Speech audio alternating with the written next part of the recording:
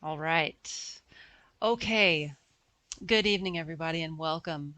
We are so excited you could join us tonight.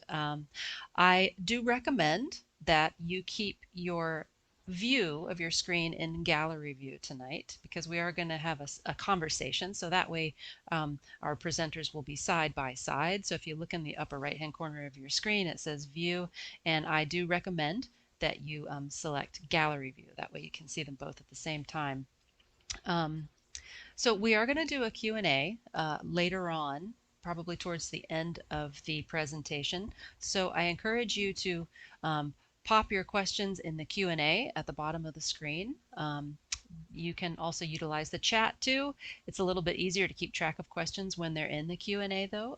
So I encourage you to use that feature.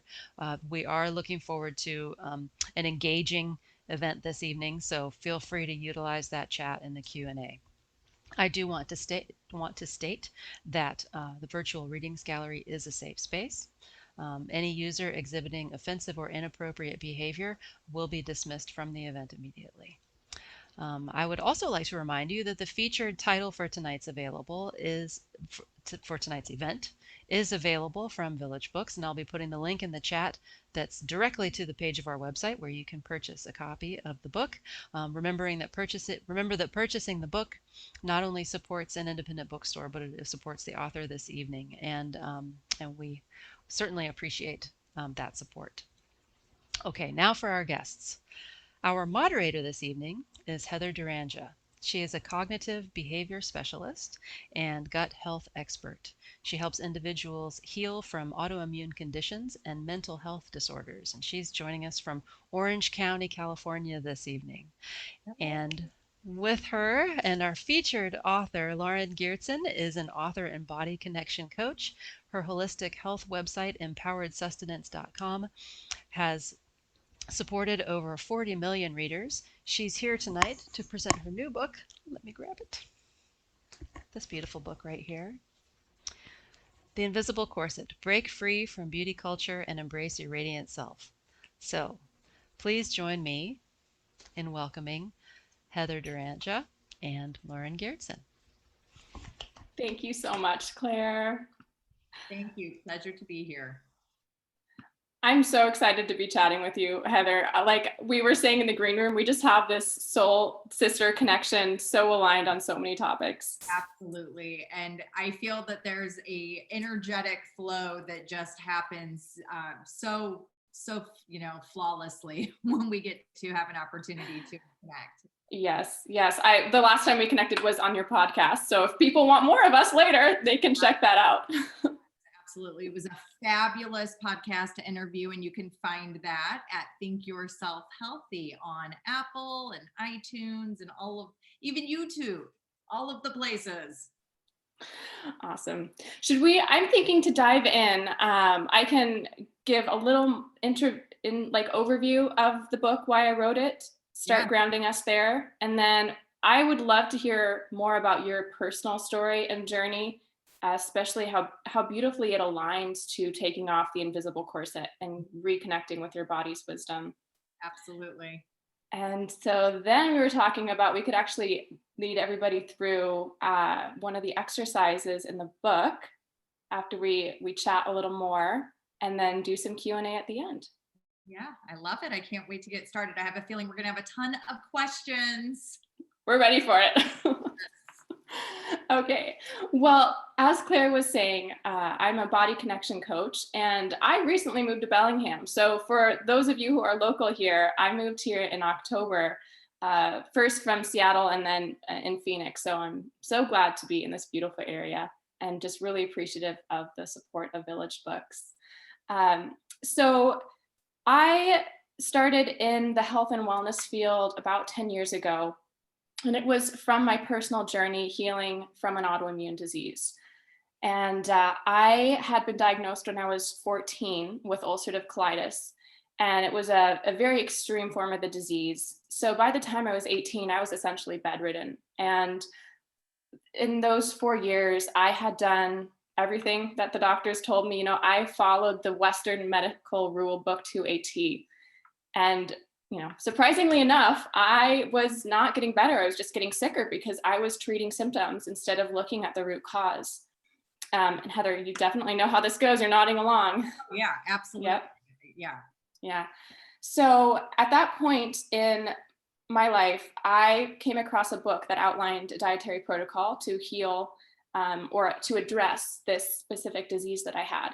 And it was interesting because my doctors had all told me that nutrition wouldn't help.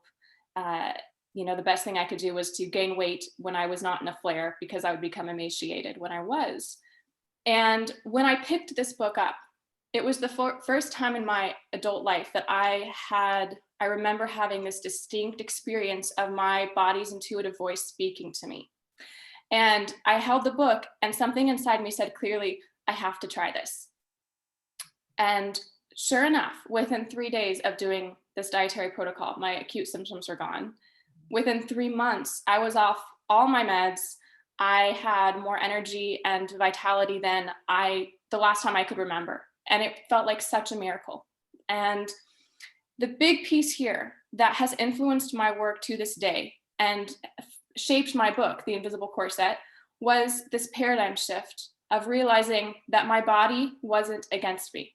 She knew how to heal me. I just had to listen to her. Now, when I was in the Western medicine paradigm, my doctors told me that my body was trying to kill me. That's how autoimmune disease is described within Western medicine. Your body is trying to kill you, and you need pharmaceutical interventions to save you from your own body, right? And when we dive into discussing the invisible corset a little bit later, it really parallels the messages we get around our bodies in other ways.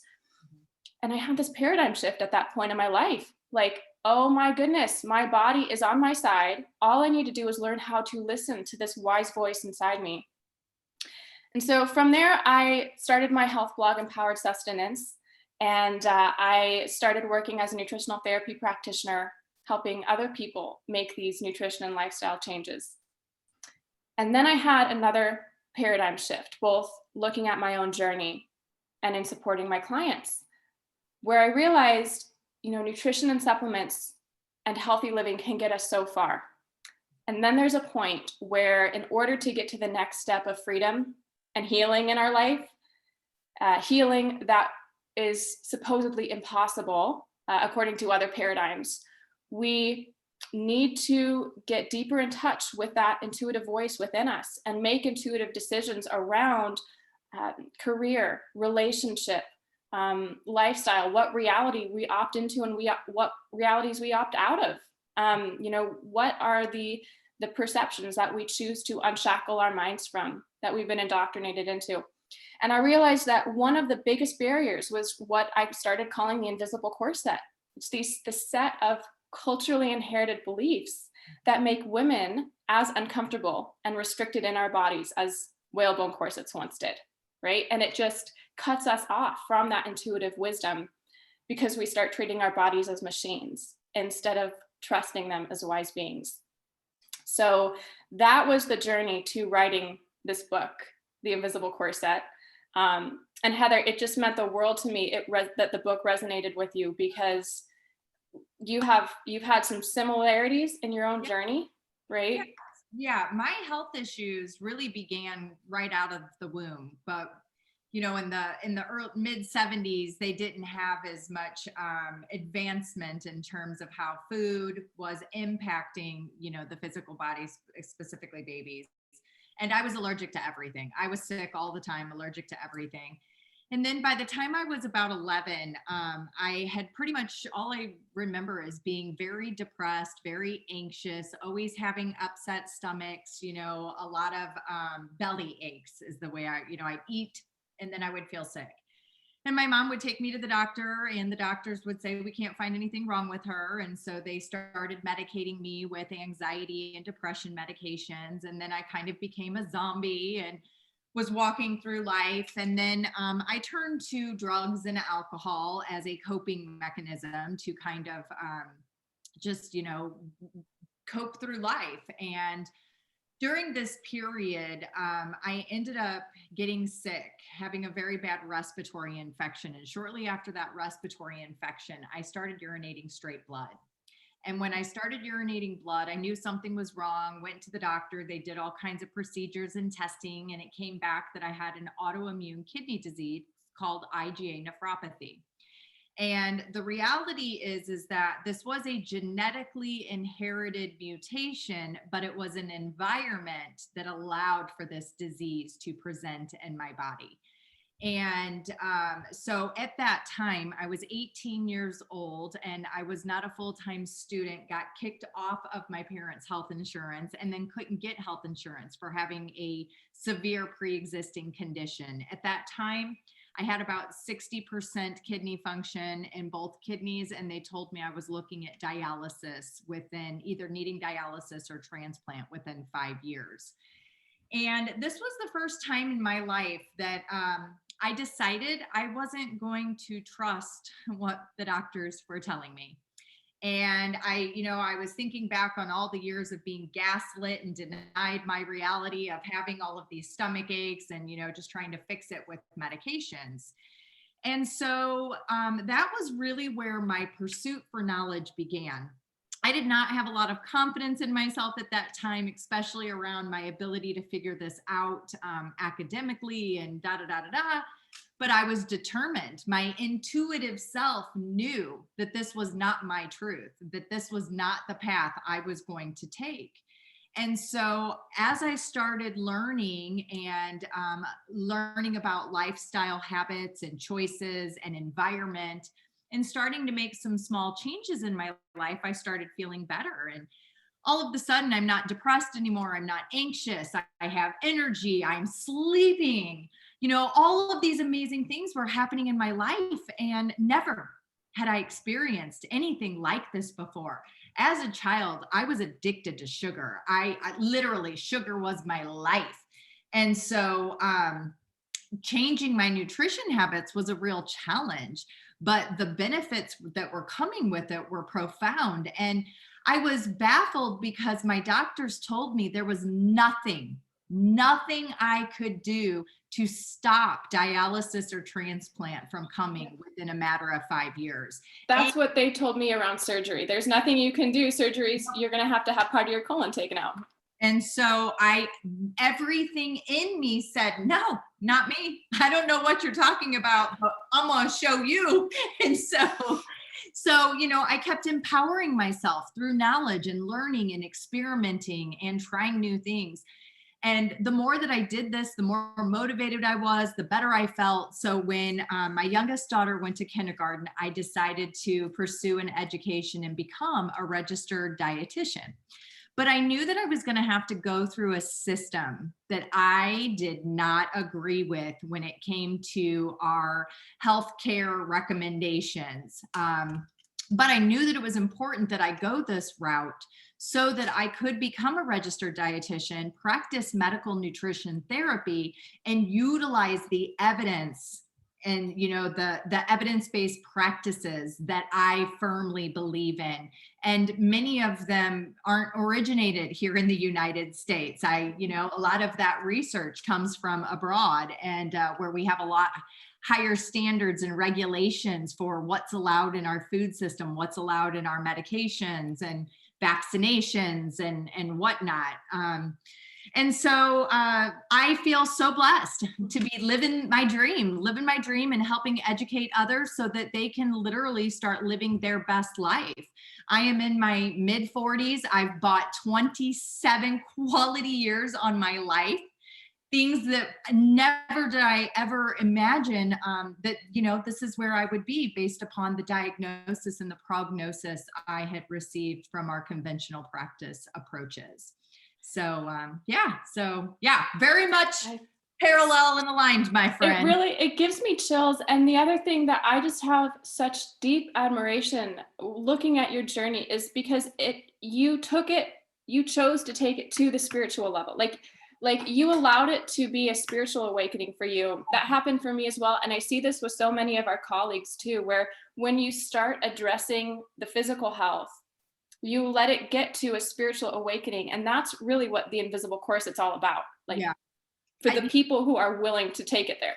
Absolutely. And I have to be very honest in my opinion that, you know, when we start removing all of these toxic poisons that are hindering our cellular function, we're able to access that intuition that we didn't have access to before because Absolutely.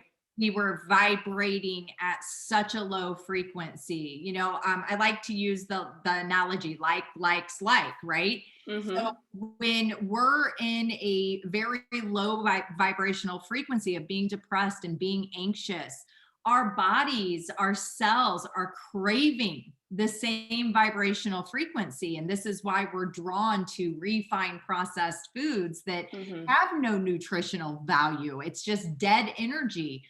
We're vibrating in a dead space and our cells need that vibrational match. And so that's why we gravitate towards these foods. Yeah. And people ask me all the time, well, how do I change that? And I say, you know, you start adding things in. You don't try to perfect it all at once. You start slowly adding. And as you start adding these things in, you start vibrating at a higher frequency because your cells are like, whoa, it was so easy to use that energy and extract the vitamins and minerals and the hydration and all the great stuff. It slowly starts just naturally raising that vibrational frequency for you, which is going to improve confidence, motivation, you know, inspiration. You're going to have courage to do things and listen to that inner knowing and the intuition. Yes. I have chills listening to this because it connects so, what you said is beautiful. Like attracts like in terms of what vibration you're at, because when we're stuck in the invisible corset, we are vibrating at a level of profound fear. And that fear is leading us to attract low vibration choices in terms of people, in terms of our life choices, in terms of our food choices, in terms of our body choices, in terms of the substances now women are injecting into our foreheads, into our breasts, into our butts. Very, very low vibration substances, low vibration pharmaceuticals. It's interesting, both you and I have a like outside of the system perspective, which is really valuable. We've studied the history of the pharmaceutical industry all the way back to the early 1900s. Like we know the low vibration that industry is at. And it really ties in with the aspect of the invisible corset of the fear-based string. Absolutely. And the bottom line is that we are consumers, and that's where our price tag lies. You know, it is very much a capitalistic, profit-driven system, and the system is broken, and we're going to have to start rethinking our approach because it's clearly not working despite the, you know, incredible medical technologies and advancements we have around science and health and wellness. However, we still have the sickest population. Yes. Just like the diet and the beauty industries see human beings as consumers, as, you know, dollar signs. And you know, one thing that I want to say to that is this.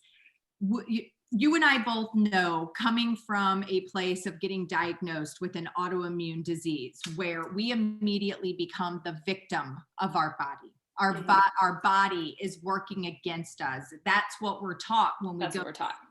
That's what we're taught when we go to see the doctor and they say you have this autoimmune disease.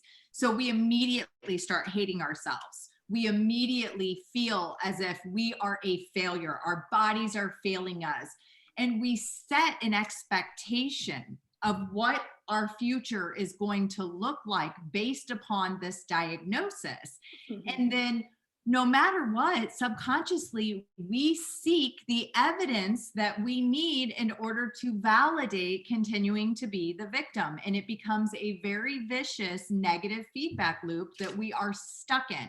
I was just saying to a group of individuals today, 90% of mental health disorders like bipolar disease, schizophrenia, anxiety, depression, these are actual nutritional deficiencies that have not been defined. And so we go to the doctor, we give them our symptoms. They say, you sound depressed, take this, we'll talk in 3 months. And so you go, you take this medication, and in 3 months, you're not feeling any better. So you think, oh, I am fundamentally flawed. I took the medication, I did what the doctor said, and I'm not getting any better. But the problem is that we weren't addressing the root cause. Yeah.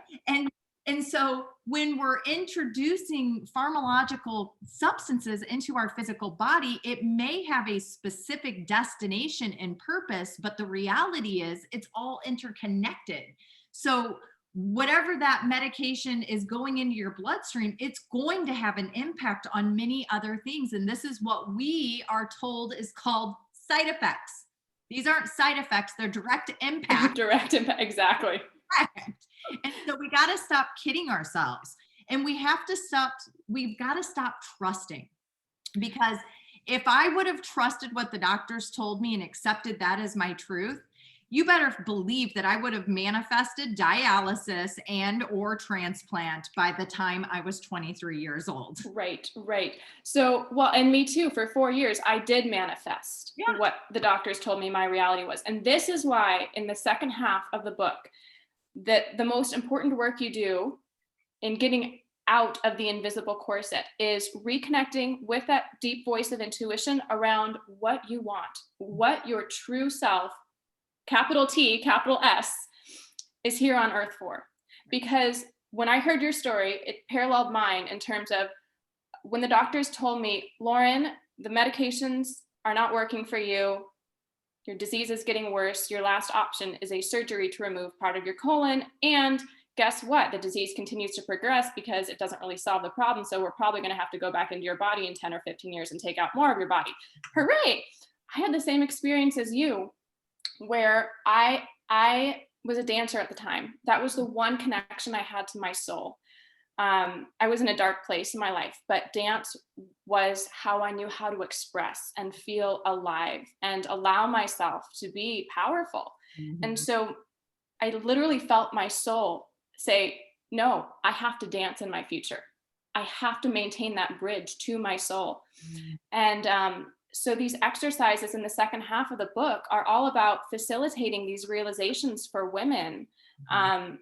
So that they can have that experience of, no, I am going to get out of this reality that diet culture has taught me is my future, or that beauty culture has taught me is my future, right? Where basically I would love to dive into the fear string in terms of the invisible corset. Absolutely. I mean, oh my gosh, because everything starts with fear. It does, right? Yeah. Mm-hmm. Because when women hate our body, we don't have a hate problem. We have a fear problem.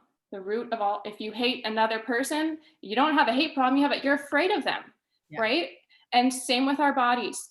And the biggest, healing paradigm shift that I want to facilitate with this book is helping women understand that our bodies are our soulmates. They are our wise partners. They are not our enemies. Right. So the way I structured the first half of the book is talking about the 5 strings of the corset. These are these invisible beliefs, oppressing beliefs that we don't question because we've internalized them. So when we can recognize them, then we can start to get free. And the first one is fear. This is all about how women are taught to first fear our body size and our body shape. Like, thank you, diet industry. Thank you, fashion industry. We're taught to fear our aging process. This is a really big one. This is something I call age dysmorphia, right? Yeah. We have body dysmorphia as a psychologist. You see this all the time, I'm sure, with your clients. Right. Body dysmorphia is where we see the natural manifestation of the human body as a flaw. Age dysmorphia is when we see the natural manifestation of the aging process as a flaw. Right. This is such deeply rooted patriarchal, misogynistic fear that we have internalized for centuries. Absolutely. So we also touched on this too, Heather, fear of the natural spectrum of our emotions. Mm-hmm. And that is a cultural problem. That's a pharmacological problem. Just like you, I was put on antidepressants at a young age. I was 12. Mm-hmm. when I was first given antidepressants. And at the time, I didn't know that actually the vast majority of scientific literature, the real science, shows that the brain chemical imbalance theory of depression and anxiety is quite outdated. There's not research supporting it, especially if you're putting kids on these drugs. And so that's a piece of the invisible corset, is women are afraid of the full spectrum of our emotions, experiencing it and expressing it. Mhm. And then also this piece around, we're afraid of our intuition. And this is what I wanted to get your take on, and your personal and clinical experience of, like, how does that manifest? And what do you see around women fearing our intuition? Well, I think that we are taught to start self-betraying at a very early age. We are taught to not trust our instinct, trust ourselves, right? I'm trying to think of a really good example, but when you're a child and you are in the presence of an adult or another, person, and they give you that feeling, you just don't feel safe, right?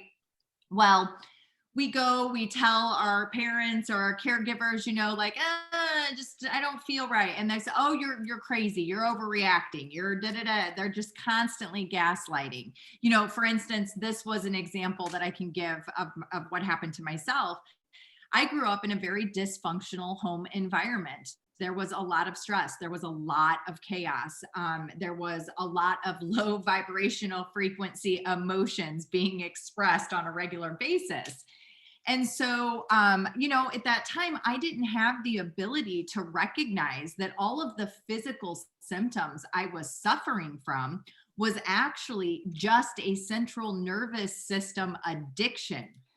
My body was Yes. addicted to being in a central nervous system response because that's what had been defined as my baseline default state of survival. Most likely that was conditioned in the womb for me. And then once we get out into the world, we literally spend a lifetime trying to chase this addiction of hormone and neurochemicals that are being released into the bloodstream to define our state of safe. Right. Safe It's and literally addicting. Adrenaline and cortisol are literally addicting. yes. And people don't realize that they are in a constant state of fight or flight. And as a result of that, it's impacting our immune system. It's impacting our digestive function, our sex hormone function, and people are running to the doctors and they're like, oh, we don't understand what's happening with the fertility crisis. Well, it's like, well, maybe if we squashed the fear mongering, we wouldn't have as much of a fertility crisis. But Yeah. And empowered women to understand their own cycles too. Like, again, another piece of the invisible corset is we have been divorced from literally understanding what's happening in our cycles. And instead we're taught at 16, we go to the doctor and you get on hormone blockers. Like, that's what birth control is. And honestly, I'm seeing it much younger ages. Typically by 12 years old, girls are already being put on birth control as Wow. a management for the symptoms. And Wow. the thing is that people, moms, daughters, they don't know. They're under this impression that they're getting hormones put into the body that are going to help stabilize everything. But what we're not being told is that these medications are actually suppressing all production of hormones. So our physical, our feminine bodies don't have the ability to start self-regulating. We just stop it, completely stop it. So many women, by the time they get into their 30s, their body has never produced the hormones. They've just never produced them. And this is part of, another reason why we have such fertility issues. But with that being said, we also aren't taught the cues that come along with that cycle. Each week has very specific things that occur. And once we start connecting and going within and understanding what our body is telling us, we can actually use our cycle to our benefit and really plan our lives to set us up for success rather than sabotage. And so, for me, it's like, oh, it's so sad that we're not even taught this in school. We're Right. And the reality is our cycle is such a huge component of our adolescence and our adulthood And so it's a very vital component, and we just deny it. We pretend like it doesn't exist. I'm Right. on the pill so I don't have a period, you know. Right. Well, that is another string of the corset. One of the 5 strings is mechanization, which is expecting your body to behave in a stable, steady manner, the same expectations that you would have for a machine. Right. And in the book, I go back through we have to have this big historical perspective of understanding how Western science literally turned the body into a machine, Right. divorced the aspect of spirituality from the body. And we're still trying to heal from that. Like, I love that you brought up the point of central nervous system dysfunction and dysregulation, because like you said, it shuts down so many important functions, including how our gut feelings, how our intuition travels up to our brain to be interpreted through the vagus nerve. Yes. And if we're in that fight or flight state, we don't have that same communication between brain and body. Right. So what are some ways that you help your clients get out of that chronic sympathetic nervous system state? So first and foremost, it has to start with awareness, right? Mm-hmm. We have to recognize that it's even occurring. So I always encourage individuals, you need to start becoming the researcher, the observer of you, so that you can start recognizing where you have an opportunity to intervene and start creating a circumstance that's going to be much better serving for how you want to feel and how your body, is going to respond. The truth is that the human body is made up of over 50 trillion organisms. And we're a community. I'm not just Heather here. Like, I'm all kinds of Heathers over here. And so if I'm taught at a young age to not value my physical body and all of the amazing things that this thing can do, if I'm taught that, I'm supposed to fear it and all of the things, what's going to end up happening is we're constantly self-betraying. We're constantly self-betraying. And as a result of that, when we don't trust that intuition, when we deny that piece of it, what happens is our body starts kind of keeping score. It's like, hey man, I was waving the flag. You didn't get the cue. Like, wait a minute. Oh, you're going to ignore me again? Okay. So I'm going to have to make it a little more, a little louder this time. Exactly. Yeah. But we're not taught to trust that. We just have not been taught to trust that. And so what I encourage individuals to do is to start becoming the observer, so that they can start recognizing what that default autopilot cycle actually looks like. And then that's where they have an opportunity to intervene. One of the things, people are so disconnected from their physical bodies. They don't realize how bad they actually feel until they start feeling better. And they're like, whoa, I had no idea. Yes. Well, can I say something on this point? Because there's so much confusion I see with clients coming to me between what actually feels good to them and what beauty culture or diet culture tells them feels good. Right. So like, I have women saying, well, I get Botox because it makes me feel confident and feel good. And I'm like, I ask them, can you identify if it actually makes you physically feel better? Or is it a sense of dampening the body shame and insecurity that has been programmed into you? Because if it's the latter case, you are buying back your confidence from the industry that stole it to you. Honey, that's called an abusive relationship. Like, an inhumane one, that's for sure. Yeah, definitely. Yeah, it's really crazy what we're not even aware of. I encourage individuals, there's so many things that are happening between the mind and the body, and we have been taught that they're two separate things. There's really 3 things. We've got the mind, the body, and the spirit, that soul piece of us, that intuitive, that intuitive connection, and they all work symbiotic. They all work together. But we've been taught to compartmentalize everything and to try and approach it piece by piece, the mechanicalism that. Yes, the reductionistic, materialistic science, which now the ironic thing is science shows that that's outdated. Like, that's not science anymore. I mean, you know, I hate to be the bearer of bad news, but the truth is that all of the science we're practicing from right now is all false, because we've been able to define that there is a bioenergetic field that we cannot see that is interacting with us and amongst us, that we're all interconnected via this bio field.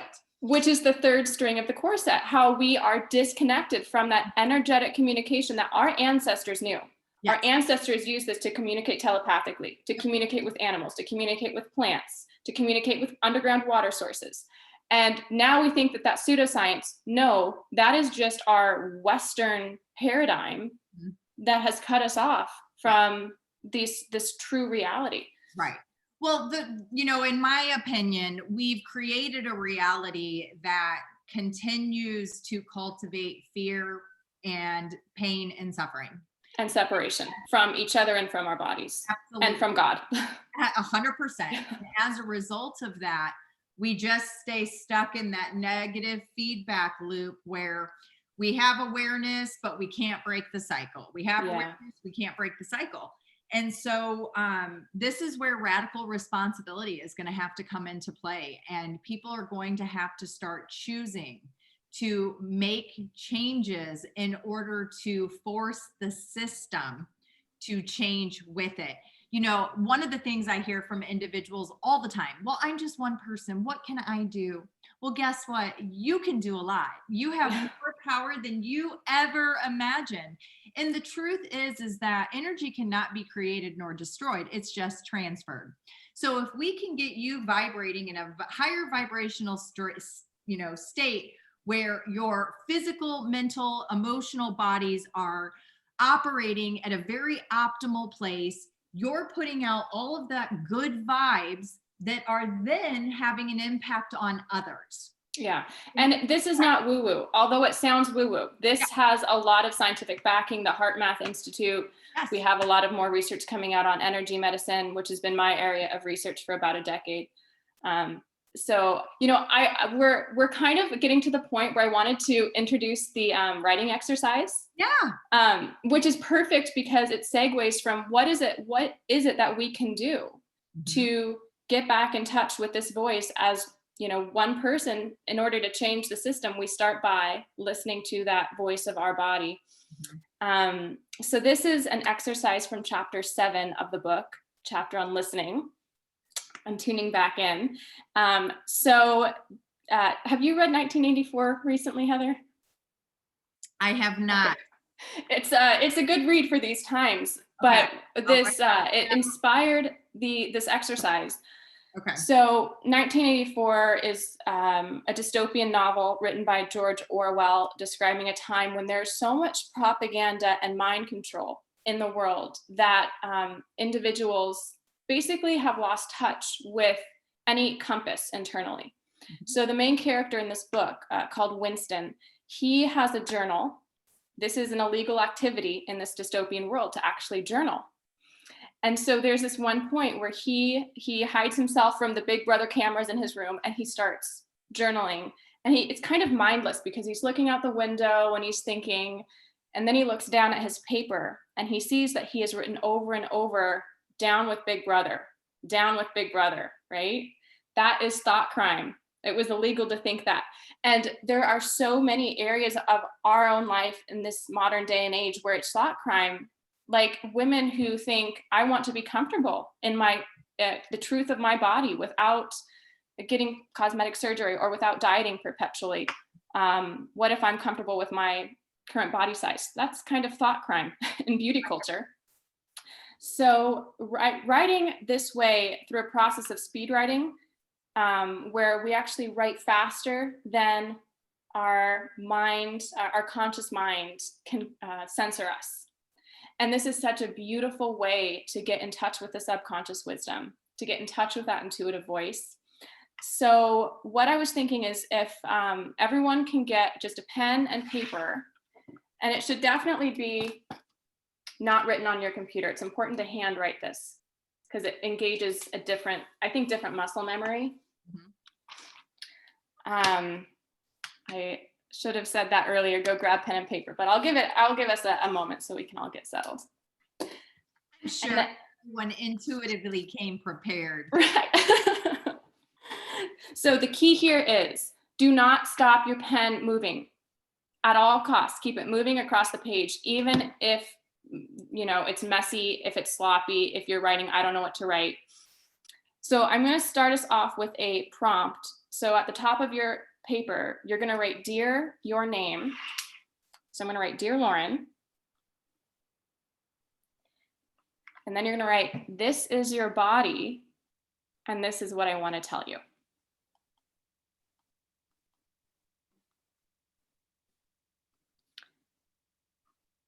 This is your body, and this is what I want to tell you.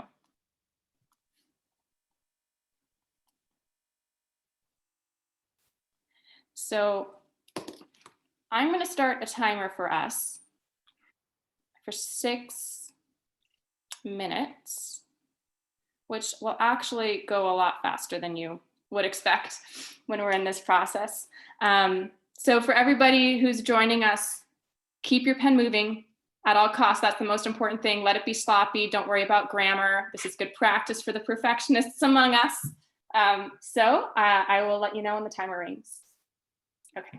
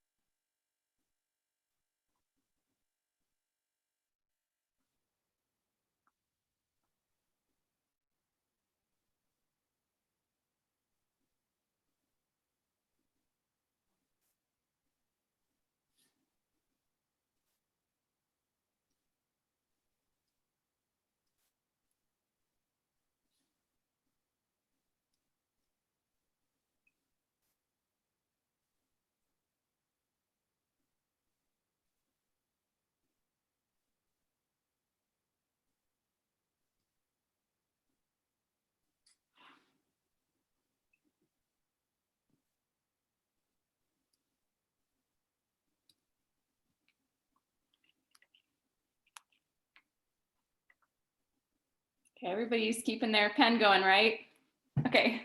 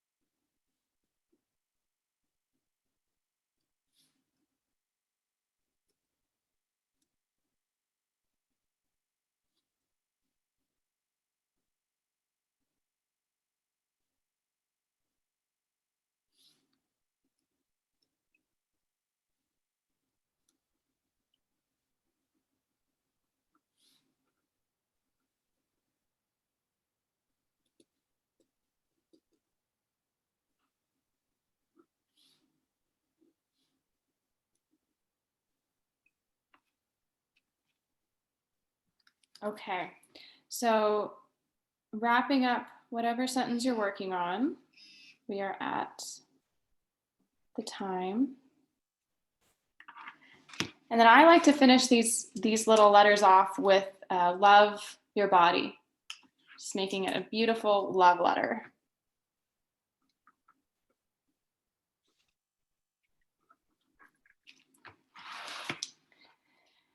Now, the other thing I recommend is, while it's still fresh, we won't take much time to do this now. So for those who are participating, if you wanted to go back after this, read what you wrote pretty carefully. Just underline anything that really stands out, that really has charge or energy. Personally, I like to take some of those pieces, write them on sticky notes, and put them on my computer for the week. Like, just have that reminder. Like one piece that stood out for me was my body said, "Can I have a break from thinking?" Okay. I should take a break from thinking this weekend. I love that. I love that. How did that go for you, Heather? Really great. To be honest with you, it was actually very validating to see how much love my body has for me and how much love I have for my body, and the way that that translates into this symbiotic relationship. I used to hate myself, and I never imagined that a day would come where I can celebrate every single component of me. I have 50, so beautiful. I have 50 trillion cells over here going, yes, give me more. Yeah. I feel that in my heart, and I feel that in my heart because I had the same experience. I could not have imagined that there would be a day where, especially, I would be showing up on a Zoom call without makeup and having cut off all my hair. And I would be liking myself. It's just that's the beautiful freedom of taking off the invisible corset. Do you want to do some questions? Would this be a good time to dive into that? So yes, everybody feel free to pop into the chat box. Yay, Claire. Wow, that was enlightening. I was writing along with you, and I have done exercises like that before, but it's been many years. And thank you for asking my body and my brain to do that. I'm so glad that resonated with you. It was my body was more like it was just reminding me that it's all that it's okay, that I'm okay. And which was something that I needed to hear. I'm right on the brink of 50, and being a person who's always been like age schmage, I don't, being 49 has it's different. It's different, and I always thought that I would be one of those like I would be above that somehow. Like I'm not gonna. Who cares if I turn 50? But guess what? Now I'm like looking at the gray hair and looking at the and my body just told me it's okay. Oh, that's the key voice, especially because that programming goes so deep with women, that fear of aging. Yeah. Because that's where we step into our power. Dodie says, yay, awesome. 49. Yay. Okay, so we do have a couple of questions. I see that Bethany just asked a question, but we do have a couple in line ahead of you, Bethany. I promise we'll get to you. Early on, Ashley asked, do you work in person as it like a nutrition consultant? She says, I have a lot of symptoms regarding food allergies. Heather, you might be the best bet. I'll let you answer in terms of your specialty. My specialty is I help women heal their relationship with food and body image. So for people who are feeling like they've been yo-yo dieting their whole life, they are so frustrated with their weight, but diets haven't worked, and they just want freedom from thinking about food 24/7 and are really ready to have an intuitive relationship with eating, that's where I can help. When it comes to food sensitivities, autoimmune issues, then I would definitely point you over to Heather. So I'll let Heather take it from there. Yeah, that's definitely one of my areas of expertise, really understanding autoimmune disease and the different components that impact our diseases. And the reality is that more often than less, it's not actually the foods that are the root cause, and we've got to get to the root cause. And so we can use nutrition as a form of medicine to help heal the body. But what I often find is that the actual food is not the root cause. We have to get to the root cause in order to start fixing and reducing the food allergy or symptoms that are associated with that we experience. So yeah, please feel free to send me a message. I'd be more than happy to have a chat with you and do a little problem solving to see if there's something I might be able to assist with. Do you want to put your website, or just tell us the best way to reach you? I'll type it because I have one of those names. It's heatherderanja.com. And you can find me on Facebook, Instagram, YouTube, all of the things. And I think Awesome. that probably you could help Bethany with her question if she were to reach out to you. What are some important diet changes you recommend to start improving your health? So it sounds like you'd have a pretty good grasp of the that. reality is that most of us just are not eating enough whole foods, and we're definitely lacking the essential vitamins, minerals, fluids that are needed, as well as fiber. And so being able to I truly believe that nutrition should be simple. And when we think about autoimmune disease specifically, it gets so complicated. They want to complicate everything. And the truth is if we're restricting too intensively, it can actually set us up for failure in other avenues, because we are eliminating a variety of food groups that we need essential vitamins and minerals from. So lots we can do with food.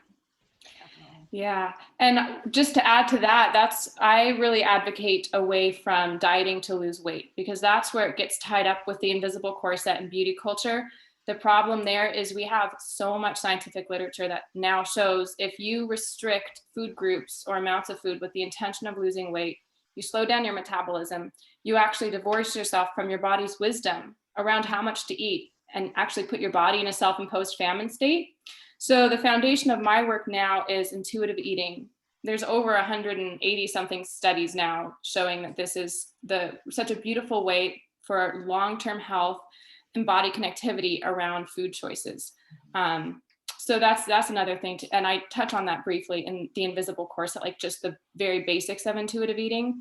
And what I find is like the work that Heather does, really getting back into understanding whole food basics and things like that, it can help you heighten your body's connection around intuitive food signals, which is key. Well, and Lauren, a point to that's our body's protective mechanism. It disassociates as a way to keep us mentally sane. Because the truth is, if we truly were without resources and did not have access to food, and we were constantly starving, we would literally be like, okay, it's time, I'm going in. Like, yeah, we would be thinking about food 24/7.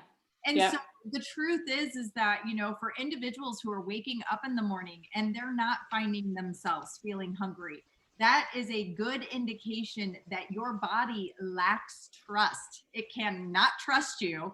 Therefore, it does not have permission to burn calories freely and send the normal message signals that are important to maintain body rhythms. And that's what it's all about, is really maintaining those natural rhythms that nature has so abundantly blessed us with that we are completely disassociated from. Totally. Claire, do we have time to go a few minutes over? Because it looks like we have 3 minutes to get through a few questions. Yeah, we can go over, yes. And it looks like the questions. First of all, there are a couple of people who very much would like to know some more specifics about about your book. And about specifically the strings of the corset, maybe listing the strings of the corset, or maybe the structure of the book. They do want more information, more details about the book. And then there are questions about Dodie would like to know, what things do you encourage women to do on a daily basis? Um, they're kind of some big questions that we have Mm-hmm. here. So not Yeah, I can quite give, sure how to you know, how to navigate the questions. Several of them seem like yeah, like they're top great level. questions, but like Yeah. I they're don't know if we big. can go into, I mean, that was kind of things that we covered in the conversation so far, some things to do on a daily basis, check in with your nervous system, do this journaling exercise, do the exercises in the book. That's where I would address that. I also think another component to add is to try and show up with more compassion and grace. Especially for your body. Yes. Yes. Mm-hmm. Yes. Yep. And then, yeah, I can give a quick top level overview of the book if that would be helpful for people. Yeah, that'd be So, great. so the Invisible Corset is, like I said, it's these culturally inherited beliefs that we have as women that disconnect us from our body's intuitive wisdom, and it keeps us feeling perpetually trapped and uncomfortable in our bodies. And what women try to do typically is we try to change our bodies to make ourselves happy and confident. We spend over $200,000 on beauty in our lifetime. That's more than we spend on our education. We spend years in the bathroom getting ready. And then we fill our bodies with toxic substances and chemical laden beauty products. Well, if this approach worked, we'd be elated by now. Women would be so happy and confident. So what this shows us is this is kind of like going to the dentist to fix a broken arm. It's not going to solve the problem. The problem is in your brain. We've got to change the belief systems. So the 5 strings of the invisible corset, these 5 limiting beliefs, these have patriarchal roots. However, we are not being oppressed by the patriarchy as women in Western culture. We have internalized these patriarchal beliefs. We are holding ourselves back. We are the ones in the bathroom getting ready for years. We are the ones who are choosing to spend this money. And that's because we don't see these strings. So the first string that we touched on is fear. This is how women are culturally programmed to fear the natural aspects of our bodies, both internally and externally. Then we have domination, which is how women have, well, all of humanity basically has learned to see our bodies as objects we own and have a right to dominate instead of being in partnership with our bodies. So I do a big history dive in that chapter, actually going back to goddess worshiping societies where reality was very different. The third string is disconnection. And Heather and I touched on this briefly when we were talking about this energetic communication, this underpinning of reality that indigenous cultures were connected to, which we have now lost touch with, of our bodies being in constant communication with all of nature. When we take off the invisible corset, we're able to reconnect to that basically energy internet, and that wisdom within ourselves. The fourth string, we also touched on this briefly, it's mechanization. This is how, especially reductionistic Western science, has taught us to see our bodies as machines to control. And we've taken out the spiritual aspect in the relationship with our body. This doesn't actually reflect science anymore, like we touched on. It reflects an outdated materialistic model of reality that leading scientists are now like, well, that was outdated, whoops. So again, I did a history dive in that chapter so we can understand why we see our bodies through this false perception. And then the last string, and I did see this in the chat box that somebody said that this really landed, the coercion string. So this is about how women fail to recognize or fail to understand what our true choices are around beauty. You know, so many times women will say to me or on social media comments, you know, Lauren, I'm choosing to spend an hour on makeup every day. I'm choosing to dye my hair or to get Botox or to diet perpetually. But the thing is, unless we recognize the propaganda and mind control of the $530 billion beauty industry and the $70 billion diet industry, we don't actually know our own opinions. More often than not, we are making choices that are in the best interest of the beauty industry, which I describe as a psychological abuser, rather than decisions that are in our own best interest. Okay. And that's the sign of if you're in a cult or if you're in an abusive relationship where your choices don't reflect your best interest. They reflect the best interest of the entity, institution, person, government controlling you. So that's the first half of the book. And then the second half of the book is all these exercises of how to get out of that, how to heal the relationship with your body, get back in touch with your true self, and deprogram those limiting beliefs. Thank you. I do definitely want to acknowledge Heidi's question in the Q&A. Heidi is facing a big decision. She says, my question is, my body told me to have an operation to take out my breast implants. You see, without them, I am literally flat-chested. I am worried about the operation because there are so many things that need to be taken into consideration. How can I learn to trust my body and the journey enough to allow me to follow through with the operation that I know it's time to do? Just looking for ways to gain my own power, to have the courage to take the steps necessary, like find a surgeon who's in touch with the mind-body connection. So Heidi is facing a big step in life. So yeah. And congratulations, Heidi, on having that clarity and recognizing that. I am cheering for you so hard here. If I could give you a hug, I would. Yeah, absolutely.